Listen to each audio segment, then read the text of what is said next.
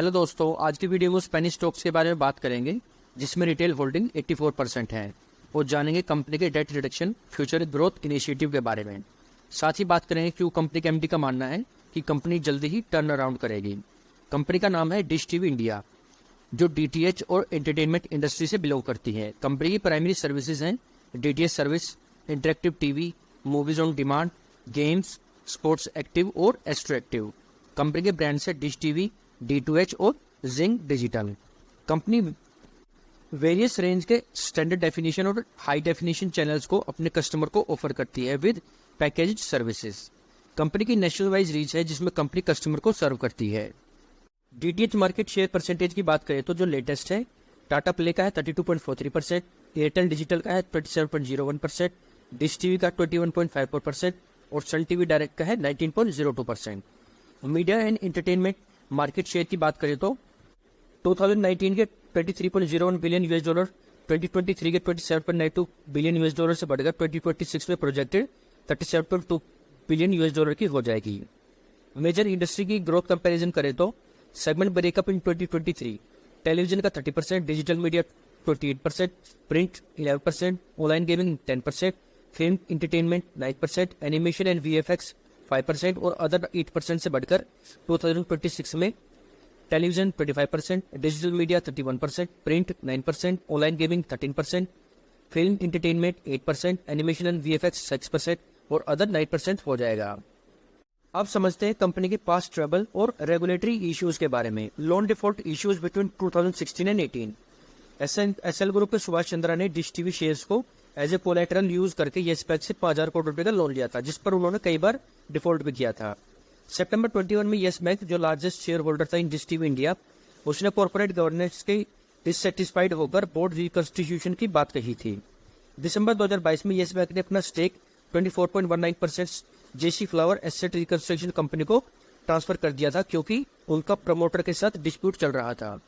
अगस्त 23 में बीएससी और एनएससी ने बोर्ड इरेगुलरिटीज के चलते कंपनी पर 2.75 लाख रुपए का फाइन लगाया था। दिसंबर 2023 में शेयर होल्डर ने 4 डायरेक्टर के अपॉइंटमेंट को रिजेक्ट कर दिया था इन एक्स्ट्रा ऑर्डिनरी जनरल मीटिंग्स। मार्च 15, 2024 में बीएससी और एनएससी ने फिर कंपनी पर 4.26 लाख रुपीज का फाइन लगाया था फॉर नॉन कंप्लायंस। मार्च 22 की ईजीएम में भी 80% शेयर होल्डर ने इंडिपेंडेंट डायरेक्टर के अपॉइंटमेंट को रिजेक्ट कर दिया था। फिलहाल प्रोमोटर ग्रुप और लार्जेस्ट शेयर होल्डर जेसी फ्लावर्स का लीगल डिस्प्यूट चल रहा है for board control and governance issues, जिसका आउटकम पता नहीं कब आएगा। इसके अलावा डिश टीवी इंडिया पर भी कई बार मल्टीपल टाइम्स पुअर गवर्नेंस के एलिगेशन भी लगे हैं और सुप्रीम कोर्ट ने येस बैंक को एक बार एक्सटेंडेड प्रोटेक्शन भी दिया था, क्योंकि प्रमोटर ग्रुप प्लेज शेयर का लोन के रूप में यूज करना चाहते थे, जिस पर कोर्ट ने येस बैंक के फेवर में बात कही थी। कंपनी का रेवेन्यू ब्रेकअप है DTH subscription 67.3%, marketing and promotional fee 28.7%, ad income है 2.1%। की मार्केट डाटा है मार्केट के 2570 करोड़ रुपए, प्राइस टू बुक रेशियो है -0.93, ROE percentage 0, EPS -10.8 rupees, price to earning ratio -1.29, 52 week है लो है 12.85 रुपीज, 52 वीक हाई है 26.05 रुपीज, ऑल टाइम लो है 3.9 रुपीज और ऑल टाइम हाई है 144.06 rupees. Share holding patterns, promoter के पास 4% स्टेक है जो अनचेंज है। एफआई के पास 9.18% स्टेक है जो लास्ट क्वार्टर में 10.09% था और लास्ट ईयर में 10.3%। पब्लिक के पास 81.9% स्टेक है जो लास्ट क्वार्टर में 80.8% था और लास्ट ईयर में 76.9%। म्यूचुअल फंड्स के पास 1.7% स्टेक है जो लास्ट क्वार्टर से अनचेंज है और लास्ट ईयर में 1.6% था। अदर इंस्टीट्यूशंस के पास 7.2% स्टेक है जो लास्ट ईयर में 2.6% था। की फाइनेंशियल रेशियोज, आरओई परसेंटेज 2018 में -1.1%, 2019 में -20.9%, 2020 में -42.6%, 21 में है -3.8% और 2022 में है -195.7%। आरओई परसेंटेज है 2020 में -14.1%, 21 में है -12.7%, 22 में है -27.5%, 23 में है -37.4% और 24 में है -72.6%। बुक वैल्यू पर शेयर 20 में है 20.6 रुपीज, 2021 में 14.3 रुपीज, 22 में है 4.8 रुपीज, 23 में है -4.3 रुपीज और 24 में है -15 रुपीज। अर्निंग पर शेयर है 2020 में -8.5 रुपीज, 21 में -6.1 रुपीज, 22 में -9.5 रुपीज, 23 में -7.8 रुपीज 24 में है -10.2 rupees.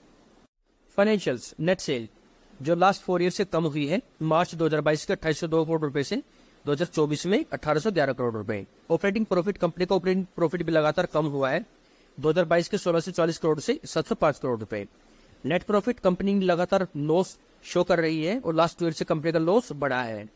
Operating profit margin percentage, company का operating profit margin percentage stable नहीं है, 2022 के 58.67% से 2024 में 38.94%।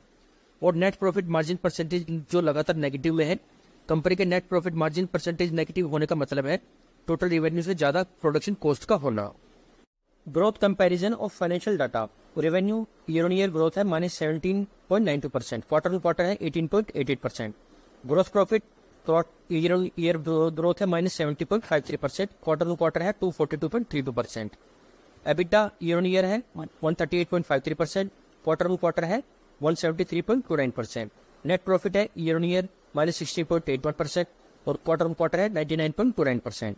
ईपीएस है year on year -16.8%। Balance sheet analysis, reserve जो लगातार कम होकर नेगेटिव हो गया है 3666 करोड़ रुपए से -2940 करोड़ रुपए। बोरोइंग जो लगातार कम हुई है 1784 करोड़ रुपए से 2 करोड़ रुपए। CWIP capital work in progress means company का एक्सपेंशन प्रोजेक्ट जो अंडर कंस्ट्रक्शन है वो भी कम हुआ है। इन्वेंट्री जो लगातार 3 ईयर से स्टेबल है और ट्रेड रिसीवेबल जो विद इन लिमिट है। कंपनी ने डेट कम किया है जो पॉजिटिव साइन है, लेकिन कंपनी प्रॉफिटेबल नहीं है जो नेगेटिव साइन है। की management team, mister Manoj Doval CEO जो अक्टूबर 11 2022 से कंपनी के साथ है। इनको 24 ईयर्स का एक्सपीरियंस है इन स्ट्रेटेजिक प्लानिंग। उनको Colgate, Vadilal, Dabur, Reliance communication, Tata play जैसी कंपनीज का भी प्रायर वर्क एक्सपीरियंस है। मिस्टर राजीव डालमिया CFO, ये जनवरी 2007 से कंपनी के साथ है और इनको 28 ईयर्स का एक्सपीरियंस है।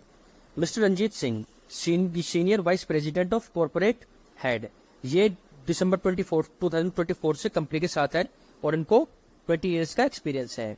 Mister Virendra Gupta chief business and technology officer, ये 2009 से कंपनी के साथ हैं और इनको 33 ईयर्स का एक्सपीरियंस है। Mister Subato Banerjee corporate head, Sukhjeet Singh corporate head, इनको 20 ईयर्स का एक्सपीरियंस है। इसके अलावा कंपनी के दो एग्जीक्यूटिव इंडिपेंडेंट डायरेक्टर्स हैं, मिस्टर अमित सिंगल और mister Parag Agarwal.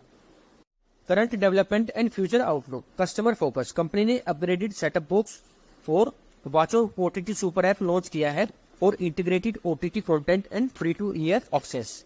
Take innovation, company ने IT सिस्टम में इन्वेस्टमेंट किया है to strengthen cyber security. Distribution expansion, company ने D2H और डिश टीवी सर्विसेज के न्यू कंटेंट और उसमें भी एक्सपेंड किया है for broader market reach. Opportunities, company अपने वॉचो प्लेटफॉर्म और मेक और रूरल मार्केट में स्ट्रेंथन करके न्यू अपॉर्चुनिटी को टैप करेगी। मिक्स्ड रियलिटी कैंपेन, कंपनी ने फ्लैम के साथ पार्टनरशिप की है to launch mixed reality ad campaign across 120 locations, जिसकी रीच 20 मिलियन रीडर्स तक हो जाएगी। और future strategy, android setup box द्वारा प्रीमियम कंटेंट्स को कस्टमर को टारगेट करना, जिंक सुपर सेटअप बॉक्स की ऑफरिंग को बजट फ्रेंडली करना और लोकल केबल ऑपरेटर के साथ पार्टनरशिप करके कस्टमर व्यूअरशिप पर फोकस करना। Risk of company, technological risk, entertainment industry में रैपिडली चेंज होने से कंपनी का रेवेन्यू कम हो जाएगा क्योंकि कस्टमर न्यू टेक्नोलॉजी पर शिफ्ट हो जाएंगे। रेगुलेटरी रिस्क, ट्राई और दूसरी रेगुलेटरी बॉडीज के रूल्स या रेगुलेटरी से कंप्लाई न करने पर कंपनी को फाइन या फिर ऑपरेशन लॉस का रिस्क है। इकोनॉमिक रिस्क, हायर इन्फ्लेशन से कंज्यूमर स्पेंडिंग कम हो जाएगी जिससे कस्टमर कम होंगे और रेवेन्यू भी कम हो जाएगा। कंपटीशन रिस्क, दूसरे DTH प्लेयर और OTT प्लेटफॉर्म कंपनी के लिए एक रिस्क है जो लगातार मार्केट शेयर एक्वायर कर रहे हैं। और capital intensive risk, dish TV India एक कैपिटल इंटेंसिव इंडस्ट्री से बिलोंग करती है जिसमें ऑपरेशन के लिए ह्यूज कैपेसिटी की रिक्वायरमेंट होती है और टाइमली फंडिंग न मिलने से कंपनी के फ्यूचर प्लान्स और स्ट्रेटेजिक के फेलियर से कंपनी का रेवेन्यू और प्रॉफिट इंपैक्ट हो सकते हैं।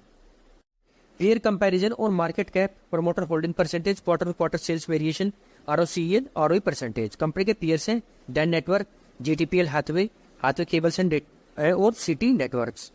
मार्केट कैप हाई है हाथवे केबल्स का 3772 करोड़ रुपए और लो है सिटी नेटवर्क का। प्रमोटर होल्डिंग परसेंटेज हाई है GTPL और हाथवे में 75% और लो है डिश टीवी में 4%। Quarter quarter sales percentage high है GTPL में 8.9% और लो है डिश टीवी में और डैन में -8.9% और 3%। ROC परसेंटेज हाई है सिटी नेटवर्क में 28.47% और लो है डिश टीवी में -11.33%। ROE परसेंटेज हाई है डिश टीवी में 71.35% और लो है हैथवे केबल्स में 2.32%। तो ये था आज का एनालिसिस। कंपनी के एमडी का कहना है कि FY25 में कंपनी प्रॉफिटेबल हो जाएगी, लेकिन प्रॉफिटेबली मेंटेन करना, कॉर्पोरेट गवर्नेंस इश्यूज और प्रमोटर का legal dispute with share holder, ये सारे ओपन क्वेश्चंस हैं जिनका जवाब शायद समय ही देगा। लेकिन फिलहाल कंपनी की फाइनेंशियल हालत ठीक नहीं है। कंपनी ने डेट तो कम किया है, लेकिन बढ़ता हुआ कंपटीशन कंपनी के लिए एक मेजर थ्रेट है। उम्मीद है आपको वीडियो अच्छी लगी होगी।